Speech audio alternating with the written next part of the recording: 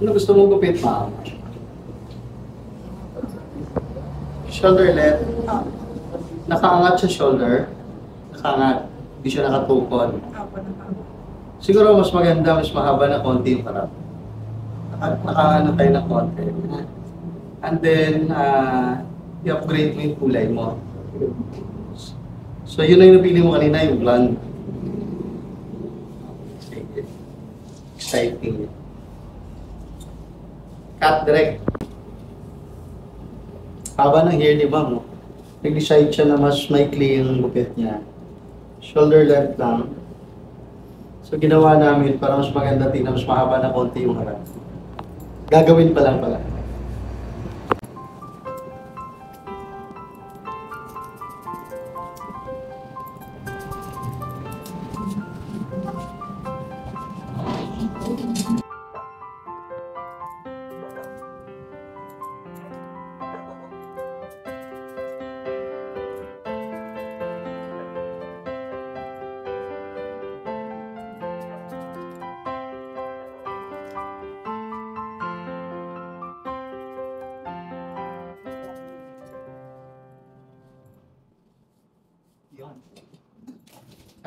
I-finalize yung gupit mo, ha? Kulayan muna natin, and then mamaya, after blower, pa-finalize natin.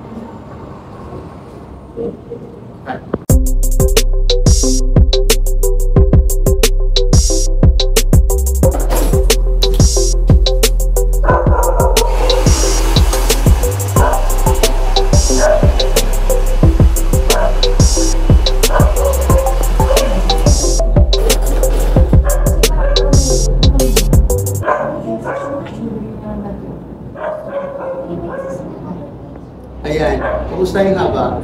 Okay lang? Okay lang. So, kulot naman ang buhok mo, mas madali siya i-manage. So, plain mo lang siya ng paloob, ha? Kasi yung kulot, kunyari, kulot siya, no? Pwede mo siya ikot-ikutin, gano'n. Tapos, bago mo siya suklayin ng gano'n, para nakaganon siya. So, kahit kulot siya, pwede mo siya ikot-ikutin, ha? Yun ang sekreto ng kulot para sumunod siya. Tapos, bago mo siya suklayin. Ayan. Yung kulay, okay. Happy naman. Okay, nice. Ayan. Good. Thank you. Sige lang. Halika. Ikot ka lang sa likod.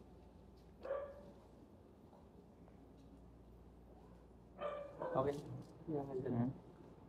Okay na. Gusto mo nito, ma'am, gupitan ka natin.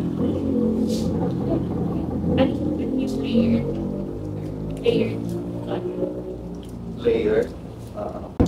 Pwede natin i-butterfly cut. Checklihan natin ng konti yung nakandara. Mga chain lang siya. Tapos naka-picturize na. Tapos dito, bawasan na rin natin lahat ng mga tumaba. Sayang nakabalayan siya dati Sayang siya pagka tinanggal natin. Pero pinaka-idea ko dito, ma'am, mas maganda to, hulayan natin ng ash blonde. Lahat siya ash blonde. Para babalik yung dati mong balayage. Ma-enhance pa rin yung highlight mo na yun, sayang. Pero dito, di na tayo mag-highlight ng bago. Base color na lang. Kasi the same color pa ba? Hindi yung gupitan natin.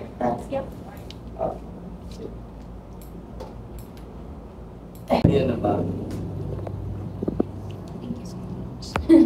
Okay na. At least to save natin yung lens. Sayang Yung highlight mo, ayan, nag-tone down siya. Pero babalik din siya, mama. Magla-lighten din ulit. So every time na maligo ka, nawawala yung pagiging ash niya. Yan. So ash blonde na pinatong natin dyan. Kaya yung blonde na madilim kasi di ba black hair lang to. Kasi yung ash, nagiging ash lang yung pag naka-bleach, katulad ng highlight. Katulad dito yung mga, ayan. Yung gupit mo, okay lang? Okay.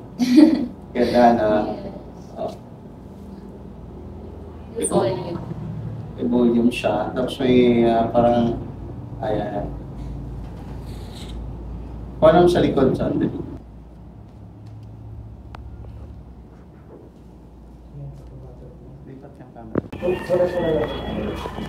Ayan, naka-butterfly ka. Yung highlight niya na dito sa baba, para naka-ombre na. Ilang month na yung highlight niyan, ma'am? Siguro mga More than a year. a year na. So, ayan, ito na yung bagong tubo. Balik ka sa harap.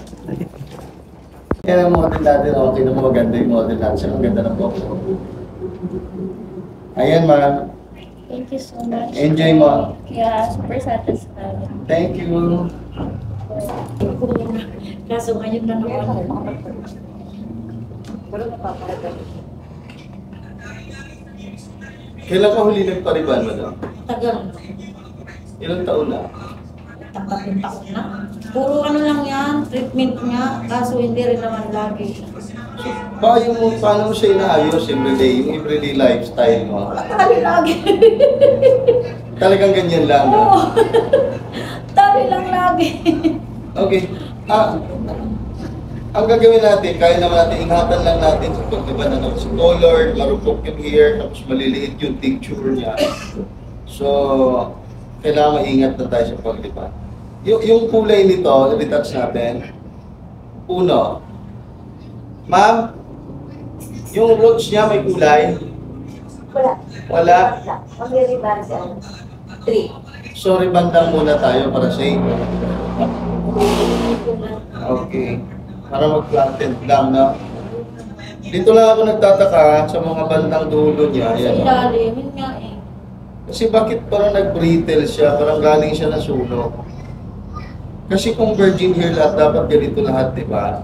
Fine hair naman siya eh. Although kulot, medyo nag-dry siya dahil sa kulay. Pero fine hair naman siya eh. Yung roots, yung dulo niya lang, para na-overcook siya sa riban. Kaya ang tanong ko, kung nagpa-riban ka dati, na-overcook ba, nasunog siya? Hindi ko rin Hindi mo malala. Pero yung riban mo dati, medyo magaspang. Hindi talaga fine. Parang ganun. Okay, yun. So, Yung ang kinalabasan niya, parang hindi naman talaga taling... tuwid siya pero tirik. Oo, Parang gano'n. oo. Okay, overcook po yan. So, ibig sabihin, may history ng overcook, kaya ganito ang dulo. Ano? So, ang gagawin natin, kasi mahirap na itong, hindi na ito pwede i-riban yung mga dulo na yan eh, kasi nag-brittle na talaga. Nag-frizzy na siya. Oh. Magro-rooting tayo, itong roots na to, tsaka ito hanggang dito sa virgin hair. So, iwasan na lang natin yung mga dulo para mapaganda natin. So, mapaganda natin to, yung bandang mag-flatten to siya from roots hanggang dito. Pero yung mga dulo, kung ano yung mga yun yung gugupitin natin, yung mga natira. Pero siguro hindi natin maubos gupitin yan kasi iikli ang buhok mo, ha? Hayaan lang natin na kasi basta ilinisin lang natin yung mga dulo-dulo, yung sobra na. Okay, okay. Yung sobrang rated. Okay.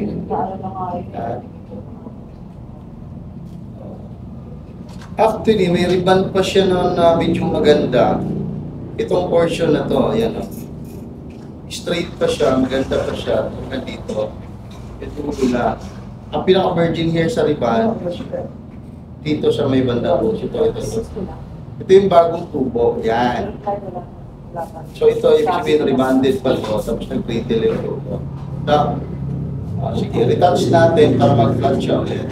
Para gumaan naman na. Dapat may flat. Pero pagka, nasusunod, bagong pagpaligo, pagpaligo.